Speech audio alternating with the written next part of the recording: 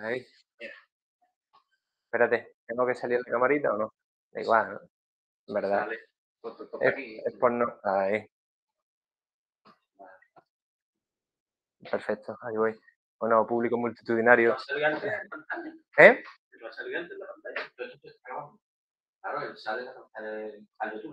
Claro. Esto es para que los compis también puedan verlo, ¿eh? Pues nada, vamos a hablar hoy de la hemorragia digestiva alta en el ámbito extrahospitalario. Yo he hecho esta presentación porque desde mi perspectiva allí en urgencia es de las cosas que más miedito nos dan porque en cualquier momento el paciente se puede descompensar. Y como da tanto miedillo y tal, pues digo, mire, vamos a hacer un análisis, un recopilatorio de las cosillas para tenerlas más claras y ver cómo tenemos que actuar. Ahora aprovechando que estoy tratando con vosotros pues, en el ámbito hospitalario.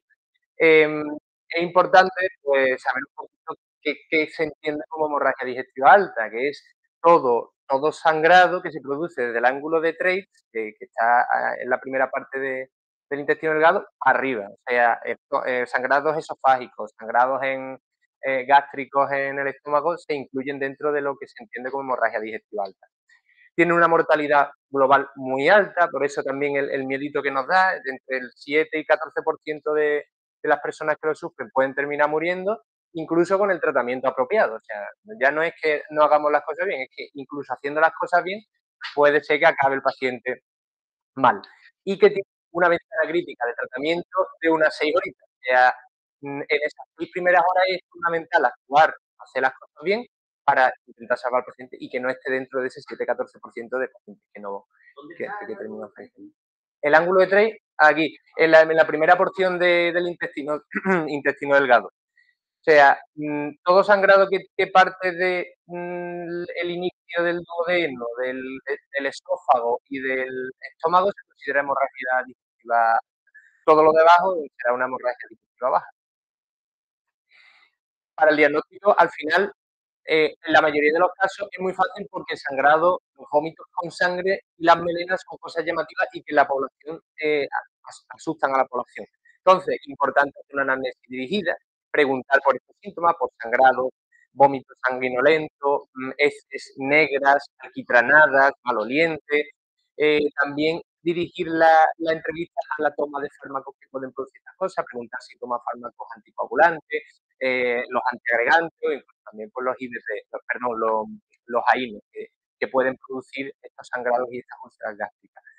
Em, Preguntar también en caso, porque hay casos que se escapan de mareo, de síncope, que a lo mejor no te saben, o abuelitos que se lo callan por el miedo a tener que terminar ingresado. Yo lo he visto alguna vez en pacientes que vienen a preguntar o a consultar allí a urgencias, que vienen por mareo, porque están más cansados, por síncope, y cuando adentras y preguntas y indagas, te dicen que es que llevan 3, 4 días con heces más oscuras o que que han vomitado un poquito de sangre y tal. Entonces es importante indagar en estos casos. La exploración física, la básica, estudiar el estado de conciencia, la tensión arterial, que en estos casos pues, trabaja en la mayoría de casos, los síntomas y los signos indirectos como la frialdad, la sudoración en los casos de tensiones muy bajas, la taquipnea, los síntomas relacionados también con la hipotensión. Las melenas. Exactamente, porque al final la sangre se termina coagulando y da ese color oscuro y feo de. Entonces, yo que soy un friki de la eco, siempre me gusta meter la eco para todo, porque al final es un arma que tenemos, guste más, guste menos, pero que nos da datos y aquí también se puede aplicar. Entonces, ¿sirve de algo la eco? Pues claro. O sea, en este caso, más que encontrar, porque una eco esofágica yo ni la manejo ni sé si realmente tiene rentabilidad. Aquí tiene rentabilidad en cuanto a la valoración de posibles causas de, de hemorragia digestiva derivadas de una patología hepática. Podemos valorar la presencia de ascitis, de cirrosis hepática, que al final es el primer paso a una hipertensión portal y a la aparición de varices esofágicas, y también valorar el estado hipovolémico de los pacientes. Esto al final es un estudio muy sencillo, valorando el diámetro de la vena cava inferior a la entrada de la aurícula derecha, que nos aporta o nos permite afianzar nuestro diagnóstico de shock hipovolémico. No es estrictamente necesario, es como un dato más que nos respalda el diagnóstico. Y ahora hablaremos de lo rentable, ¿no?, que es a la hora de la hospitalaria, porque es verdad que en sitios como Cádiz, que tenemos el hospital al lado y que tenemos un diagnóstico muy, muy claro, a lo mejor no sale tan rentable como en un traslado largo, como puede ser un de Barbate, por ejemplo. Entonces, para todas estas cositas, como he dicho, serviría. Nos centramos en lo que yo creo que es más rentable, aparte de la valoración hepática que hemos hablado, sí, es la medición de la vena cava, que nos aporta más fidelidad en cuanto al estado hipovolémico del paciente y a la respuesta del paciente a la sueroterapia. Entonces, los valores son dinámicos y nos permiten ver la evolución y la respuesta del paciente a la sueroterapia o la falta de respuesta a ella, que nos indicaría porque a lo mejor tenemos que dar el siguiente paso a noradrenalina o otro fármaco vasoactivo. ¿Cómo se hace? El paciente se tiene que poner en decúbito supino, como la mayoría de veces. Y la sonda, utilizamos la Convex habitualmente, se pone en modo longitudinal para arriba, con la pestañita hacia arriba, de tal manera que la derecha será lo caudal y lo craneal y la izquierda que vemos en la pantalla lo caudal, y lo ponemos en modo B. El modo B al final es el bidimensional, o sea, el que viene por defecto, no hay que activar otro modo. Se pone la sonda un poquito hacia, vamos, horizontal y vertical y un poquito hacia la derecha para visualizar la vena cava, la entrada de la aurícula derecha, y a 2 centímetros de la entrada, que se ve perfectamente, es donde hay que hacer la medición. Ahí veremos en expiración valoraremos el diámetro de la vena cava, y lo que tenemos que medir es el volumen teleexpiratorio al final de la expiración y el volumen inspiratorio.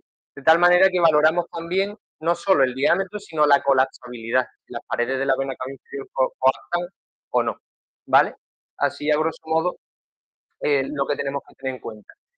El tamaño importa aquí, porque ahora lo voy a explicar. Ahora vamos hablando de la colapsabilidad, te habla de si, sí, creo que sí. Te habla de si estamos ante un estado hipovolémico o un estado congestivo o normal. Ahora lo vamos a ver. Entonces, el tamaño importa, aquí sí, el tamaño de la vena cava inferior importa. Aquí, esto es lo que yo quería, lo más importante, ¿no?, de este caso. Normalmente, un diámetro menor de 1,5 centímetros, que se mide antero-posterior, con un colapso inspiratorio del 50%, estos datos son importantes tener en cuenta porque una medición aislada solo del diámetro no sirve del todo. Hay que acompañarla del colapso y por eso las dos tomas. Si se cumplen las dos, estamos probablemente ante un estado hipovolémico. Esto se acompaña de una hipotensión importante y de los síntomas que hemos comentado anteriormente, pues ya tenemos el diagnóstico de un shock hipovolémico, aparte de los índices de shock y de estas cosas que utilizamos nosotros. Por otra parte, si estamos con un diámetro máximo de mayor de 2,1 y una colapsabilidad baja, probablemente estemos ante o bien un estado hipervolémico o una causa obstructiva, un taponamiento cardíaco. Al final la sangre no termina de entrar bien, se va acumulando retrospectivamente y puede producir esta vena cava aumentada de diámetro y poco colapsable. En la insuficiencia cardíaca descompensada también pueden darse estas cosas. Después está lo del índice de colapsabilidad, que bueno, si tenemos tiempo de ponernos a calcular, pues también nos dice si nos predice una buena o mala respuesta a la fluidoterapia, pero bueno, yo creo que esto al final es secundario. Lo importante es hacer esta medición para orientarnos un poquito. ¿Esto es rentable? Bueno, yo soy muy friki de la eco y me gusta mucho, pero es verdad que aquí en Cádiz, a lo mejor, que tenemos el hospital a 5 minutos, que a lo mejor no ha terminado de pasarnos un suerecito, pues no nos aporta tanta rentabilidad como si estuviéramos, como he dicho antes, en el DQ de Barbate, que tenemos tiempo para ver evolucionar al paciente, de meterle más suero y viendo si va aumentando el diámetro de la vena cava. Entonces, supuestamente, vamos, es verdad que refuerza la sospecha clínica que tenemos del paciente del shock hipovolémico, permite eso, guiar y orientar la respuesta a la fisioterapia y tener más certeza a la hora de dar el siguiente paso a fármacos vasoactivos y bueno, también nos da esa seguridad diagnóstica. Si no estás entrenado, si, si vas a retrasar el tratamiento específico y la derivación al paciente, pues a lo mejor no te resulta tan rentable. La severidad, bueno, esto es básicamente basado en la clínica. El compensado es el que tiene la tensión normal, el que está bastante estable, una leve taquicardia, y a medida que van empezando estos signos, se hipotensa más el paciente, aumenta la taquicardia, al final el índice de shock aumenta, pues el paciente va convirtiéndose en un paciente más crítico. ¿Cómo lo manejamos? ¿Cómo es el manejo en esta hospitalaria? Pues al final, lo más importante es estabilizar al paciente en la medida de lo posible. La oxigenoterapia, al final, cuando tienes un sangrado intenso, hay que ser también un poco agresivo, canalizar 2 vías periféricas para, aparte de dar fluido, pues poner los fármacos que sean necesarios, y del tratamiento farmacológico, el bolo inicial de 80 miligramos de omeprazol y en la somatostatina. Las guías mm, te hablan de la telipresina, que es un análogo de la vasopresina.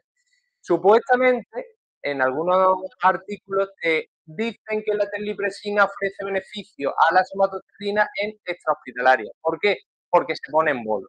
Y al final es mucho más cómodo poner un bolo cada 4 horas y olvidarte de iniciar la perfusión, pero también tiene más riesgo de efectos secundarios. Puede producir más hipertensión, isquemia, porque al final es un vasoconstrictor importante. Entonces, a efectos prácticos, aunque las guías te dicen esto, primero que nosotros no tenemos terlipresina aquí en la ambulancia ni en el hospital. Y después que, tengo beneficios, estamos acostumbrados a poner bolos y después la perfusión de somatostatina, los traslados aquí son cortitos, o sea que yo, aunque te dicen que es más recomendable la terlipresina por la comodidad, creo que a efectos prácticos tampoco es tan recomendable como para pedirlo e incluirlo en la ambulancia, porque estamos acostumbrados a esto y es más o menos lo mismo.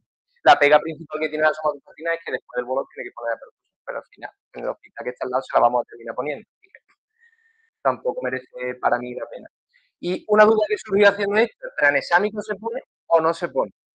Al final, tranexámico se pone en sangrados abundantes y tal, y aquí si tenemos bueno, importante, la somatostatina solo en varices esofágicas, que no lo he dicho. Si tenemos un sangrado abundante de una rotura de varices esofágica o sospechamos, pues eso, una úlcera gástrica que está sangrando un montón, uno tiende a pensar, pues yo, pues vamos a poner el tranexámico porque así ayudamos a cortar el sangrado. ¿O no? ¿Por qué? Porque hay estudios que dicen que no sale rentable, no mejora la morbimortalidad y, por otra parte, aumenta el riesgo de efectos adversos como los eventos trombóticos y las convulsiones, ¿vale? Por tanto, las guías actuales lo desaconsejan. He incluido la tablita esta para recordar cuando las indicaciones del ácido tranexámico, que a fin de cuentas se ha probado en muchas cosas, nosotros lo utilizamos con abundancia en politrauma, en TCI moderado, que eso me llamó la atención, en sangrados menstruales, al final es una tabla muy larga que lo importante es ver que aquí no aparece la hemorragia digestiva alta, curiosamente, pero bueno, a estudiar.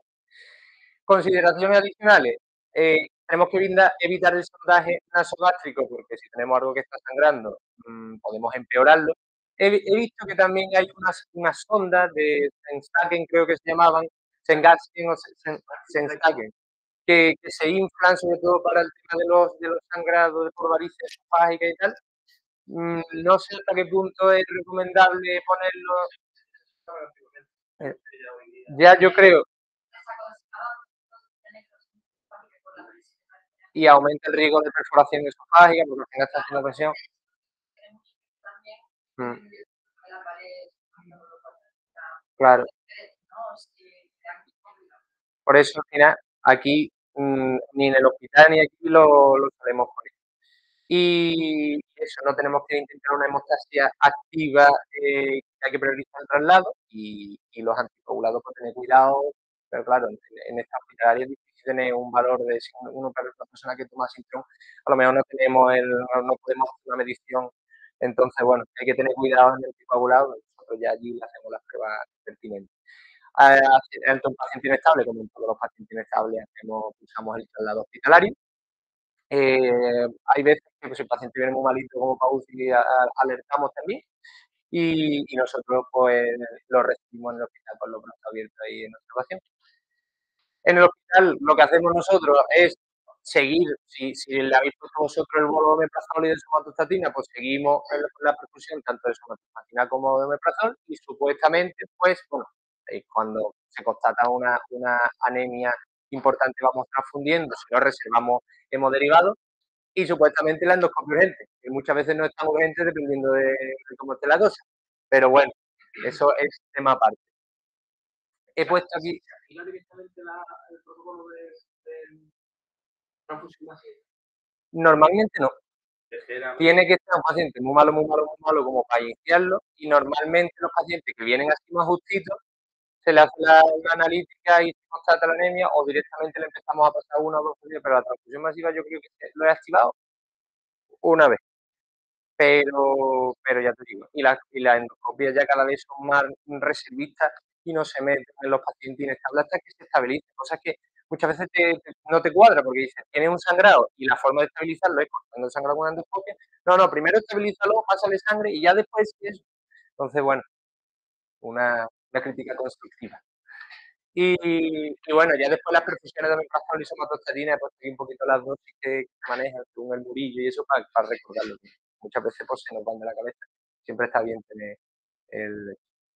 Y esto, bueno, caso de chitinabo práctico, para condensar todo lo que hemos hablado, ¿no? Pues nos avisan con el centro coordinado por un varón de 64 años, que dice que ha tenido un vómito de sangre con cuajarones, como se dice aquí, que está mareado, que está pálido, se va, acude el médico, lo valora y está hipotenso, tiene un índice de shock elevado, más de 1,5, o sea que el paciente probablemente esté en shock, está sudoroso, está muy pálido.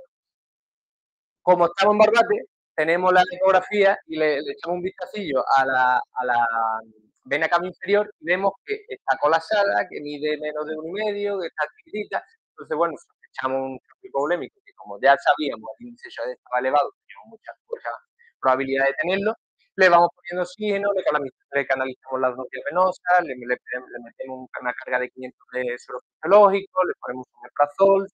Como es un paciente que no lo he puesto aquí, es un paciente que tiene antecedentes de hepatopatía, hipertensión portal y varices esofágicas, le ponemos también su bolito de somatostatina y le vamos iniciando, como estamos en Barbate, en la perfusión que supuestamente dice la guía que tiene que iniciarse poco después de poner el bolo y lo traemos con un lacito listo para la endoscopia. Y ya está, los mensajes clave que quería resaltar es eso, basarnos siempre en la clínica, en la ecografía, por muy friki que yo sea, es un complemento, al final tenemos que basarnos siempre en lo más importante que es la historia clínica y la exploración y bueno, primero intentar estabilizar al paciente, pero también sin olvidarnos de que un paciente que es inestable y que tenemos que correr para intentar ponerle solución a ese estado que tiene. Así que nada, una fotito de Ceuta, yo soy de Ceuta, para despedirme. Muchas gracias, chicos.